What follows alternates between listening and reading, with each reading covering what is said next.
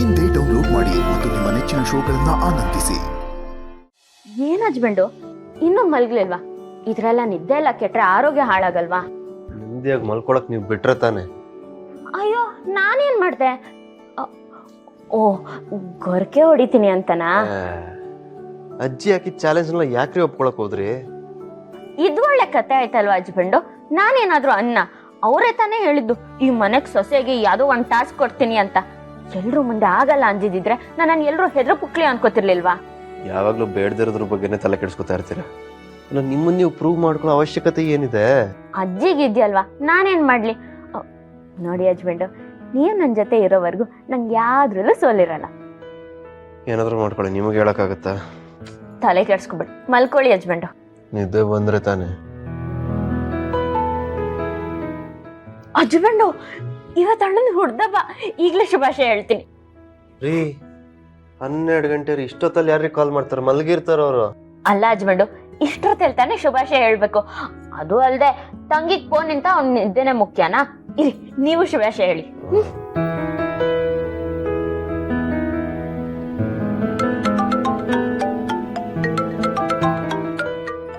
ಅಪ್ಪ ಪುಟ್ಟಿ video call ಮಾಡ್ತಾ ಇದ್ದಾಳೆ.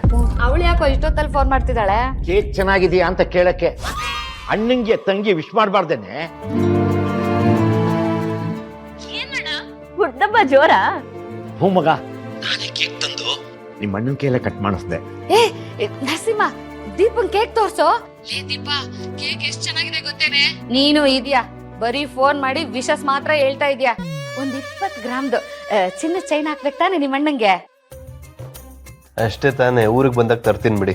ಹಾ ತನ್ನಿ ತನ್ನಿ ಹೇಳಿ ಅಂದ್ರೆ. ಅದೇಂದ್ರೆ ಇವಳು ಮಾತಿಗೆಲ್ಲ ನೀವು ಹ್ಞೂ ಅನ್ಬೇಡಿ. ಬೇಕು ಬೇಕು ಅಂದ್ರೆ ಒಂದು ರಾಜ್ಯನೇ ಬೇಕು ಅಂತಾಳೆ ಮೇಲೆ. ನರಸಿಂಹ ಅವರೇ, many more happy returns of the day. Thanks ಬಾವ. ಅಣ್ಣ ನಿನ್ಗೆ ಏನ್ ಉಡುಗೊರೆ ಬೇಕು ಅಂತ ಹೇಳು, ಊರಿಗೆ ಬರೋವಾಗ ನಾ ತಗೊಂಡ್ ಬರ್ತೀನಿ. ಏನು ಬೇಡ ಪುಟ್ಟಿ, ದೇವ್ರು ಕೊಟ್ಟ ದೊಡ್ಡ ಹುಡುಗರೆ ನೀನೇ ಇದೆಯಲ್ಲ.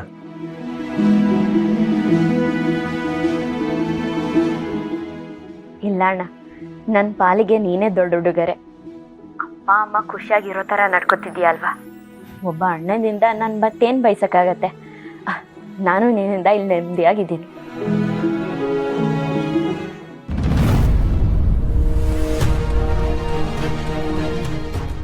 ಅಳಿಯಂದ್ರೆ ಏನಾಯ್ತು ನಿಮ್ ಕೈಗೆ? ಅಮ್ಮ ಅದು ಏನಿಲ್ಲ, ಒಂದು ಸಣ್ಣ ಆಕ್ಸಿಡೆಂಟ್ ಆಯ್ತು ಮೊನ್ನೆ ಅಷ್ಟೇ.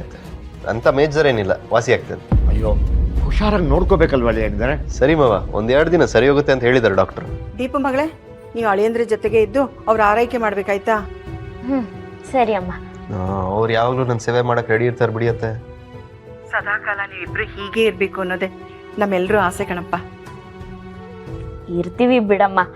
ಸರಿ, ಟೈಮ್ ಆಯ್ತು, ನೀವೆಲ್ಲರೂ ಮಲ್ಕೊಳ್ಳಿ, ನಾಳೆ ಫೋನ್ ಮಾಡ್ತೀನಿ. ಸರಿ ಸರಿ ಪುಟ್ಟಿ.